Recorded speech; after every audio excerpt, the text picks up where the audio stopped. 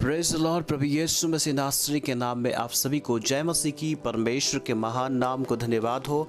परमेश्वर ने फिर से एक बार एक नया दिन को आपके और मेरे जीवन में जोड़ा है, ताकि हम परमेश्वर के आशीष को और उसके अनुग्रह को अपने जीवन में अनुभव करते रहें और उसके नाम को ऊंचा करते रहें। आप सभी का रिवाइवल प्रेयर सेंटर चैनल में स्वागत है। डेली वर्ड आप तक पहुंचते रहेगी। परमेश्वर के वचन को आप सुनते रहें और आशीषित होते रहें। आज के मनन के लिए हम परमेश्वर के वचन से देखेंगे यिर्मयाह 33 अध्याय उसके 3 वचन में इस प्रकार से लिखा हुआ है, मुझसे प्रार्थना कर और मैं तेरी सुनकर तुझे बड़ी बड़ी और कठिन बातें बताऊंगा जिन्हें तू अभी नहीं समझता। Praise the Lord. सर्वशक्तिमान प्रभु यहोवा परमेश्वर का वचन है जो आप सुन रहे हैं। ये उस पुस्तक है, जो पवित्र पुस्तक, जो बाइबल, जो परमेश्वर की प्रेरणा से लिखा गया उस वचन है जो आपके और मेरे जीवन के उन्नति के लिए परमेश्वर ने हमें दिया है। वो वचन कहता है मुझसे प्रार्थना कर। वो परमेश्वर कहता है मुझसे प्रार्थना कर और मैं तेरी सुनकर तुझे बड़ी बड़ी और कठिन बातें बताऊंगा जिन्हें तू अभी नहीं समझता है।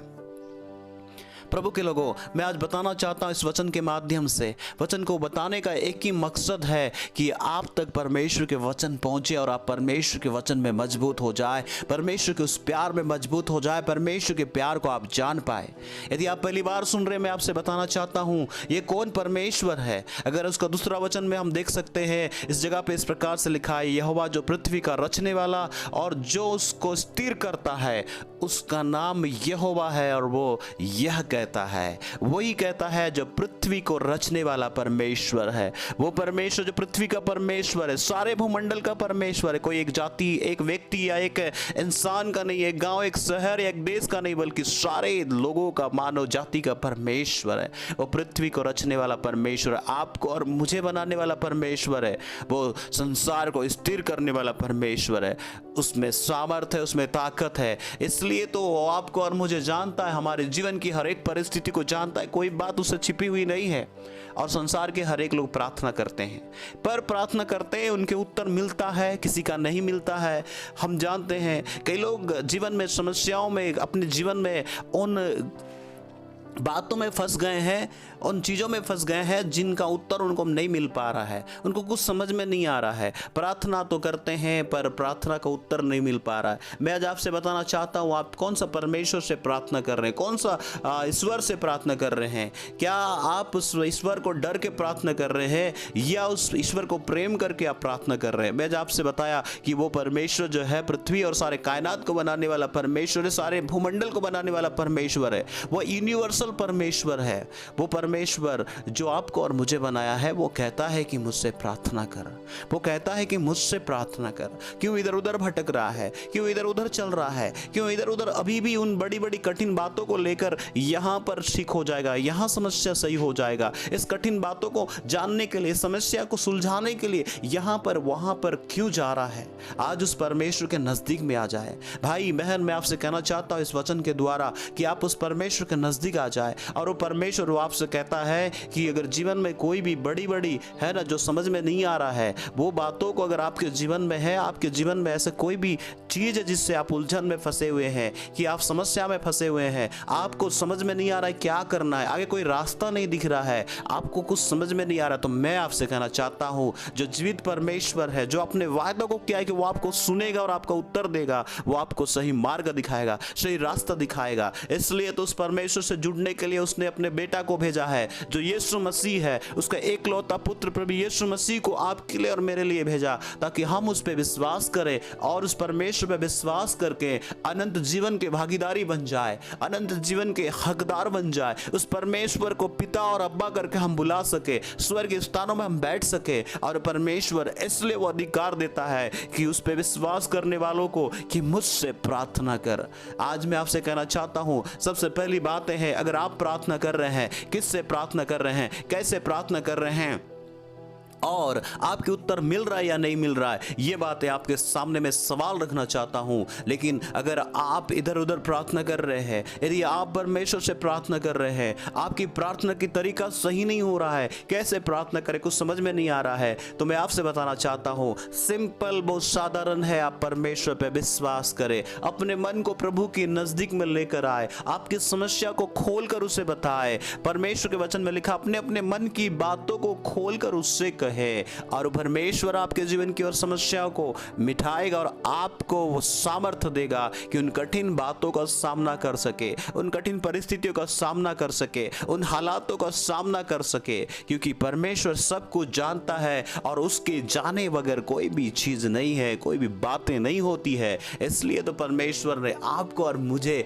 उस पर विश्वास करे, उस परमेश्वर की आशीष को अपने जीवन में अनुभव करे, उसकी शांति को, उसके प्यार को अपने जीवन में अनुभव करे। परमेश्वर ने अपने पुत्र को भेजा है। आइए समय पे उस परमेश्वर पे विश्वास करें, प्रभु यीशु मसीह पे विश्वास करें, जो मार्ग और सत्य और जीवन है, जो यीशु मसीह परमेश्वर से जुड़ने का एकमात्र रास्ता है, और उस पे विश्वास करें और उस परमेश्वर के नजदीक आए। आज मैं आपसे कहना चाहता हूं, उस कठिन परिस्थिति में आप होंगे तभी भी परमेश्वर आपको छुड़ाएगा, उन हालातों पे होंगे तभी भी परमेश्वर आपको छुड़ाएगा। आपकी परिस्थिति कैसे भी हो, डजंट मैटर, कोई फर्क नहीं पड़ता है। परमेश्वर के करीब आए, वो परमेश्वर आपसे प्यार करता है, इसलिए आपकी हालातों से छुड़ाएगा। दूसरी बातें हम देख सकते हैं, कठिन बातें, कठिन, साधारण और सरल बातें नहीं है भैया, कठिन बातें, बहनें, कठिन बातें, उन बातों को लेकर आप परेशान हैं, तो आज मैं आपसे कहना चाहता हूं, आपके भविष्य को लेकर, आपके जॉब को लेकर, आपके परिवार को लेकर कोई चिंताएं हैं, कठिन आपको लग रहा है, परेशानी है, आपको समझ में नहीं आ रहा क्या होगा, आप परमेश्वर पे भरोसा करें, सब कुछ सही होगा। परमेश्वर पे भरोसा करें, सब कुछ सही होगा, क्योंकि वो आपके जीवन में सही करने वाले परमेश्वर है। वो आपको कभी भी गलत जगह पर, गलत रास्ते पे, गलत आपके जीवन में होने नहीं देगा। आप उस पे भरोसा करें, आप उस पर विश्वास करें, वो परमेश्वर आपके नज़दीक में, आपके करीब में, आपके दिल में, आपके परिवार में आकर आपके जीवन में शांति देगा और आपको उस कठिन परिस्थितियों से निकालेगा और कठिन बातें को बताएगा जिनको अभी तक आपको समझ में नहीं आ रहा है, जिन बातों को आप अभी तक समझ में नहीं आ रहा है कि क्या हो रहा है। दूसरी बातें हमने देखा है कि पहली बातें प्रार्थना करना है, दूसरी बातें प्रार्थना करना है, और इस प्रार्थना यीशु मसीह के नाम में परमेश्वर से करना है, और यीशु मसीह के नाम में परमेश्वर के नजदीक जाना है। इसलिए परमेश्वर पिता ने, हम देखते हैं इस जगह पे कह रहा है, मुझसे मांग। और यीशु प्रभु, हम नया नियम में हम देख सकते हैं, उसने कहा कि जो कुछ तुम मेरे नाम से मांगोगे वो पिता तुम्हारे लिए करेगा। और यीशु मसीह के नाम में विश्वास करते हुए